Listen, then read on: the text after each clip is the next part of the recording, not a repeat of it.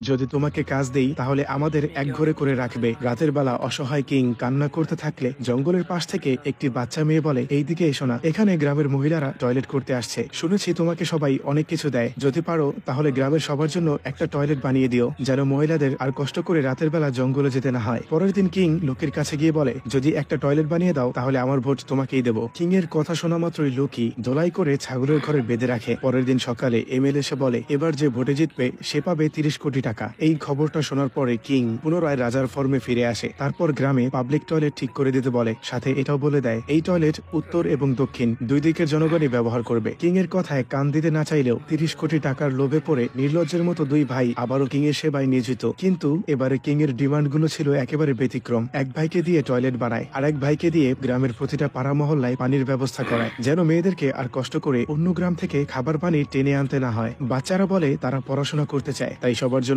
School বানায়। বাচ্চা বুড়ো অসুস্থ লোকের হাঁটতে অসুবিধা, ফলে কিং সবার জন্য নতুন চকচকে পাকা রাস্তা বানিয়ে দেয়। অন্ধকারে অ্যাক্সিডেন্ট অথবা চুরি ডাকাতি হতে পারে, সেজন্য গ্রামের সড়কে লাইটের ব্যবস্থাও করে দেয়। গ্রামের মানুষগুলো তাদের দুর্বিষহ জীবনে ঘরে ঘরে পানি, বিদ্যুৎ এবং ছেলেমেয়ের শিক্ষার সুবিধা পেয়ে বুঝতে পারছে কিং আসলে তাদের সবাইকে অভিশপ্ত জীবন থেকে মুক্ত করেছে। গ্রামের সবকিছুই এখন মোটামুটি ঠিকঠাক। ভোটের দিন সকালে আবারও দুই ভাই কিংকে লোভ দেখায়, যদি এক ভাইকে ভোট দেয় তাহলে দুবাইতে চাকরির